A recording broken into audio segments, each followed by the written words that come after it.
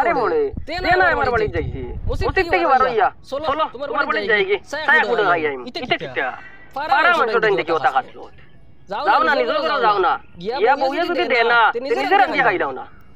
যাও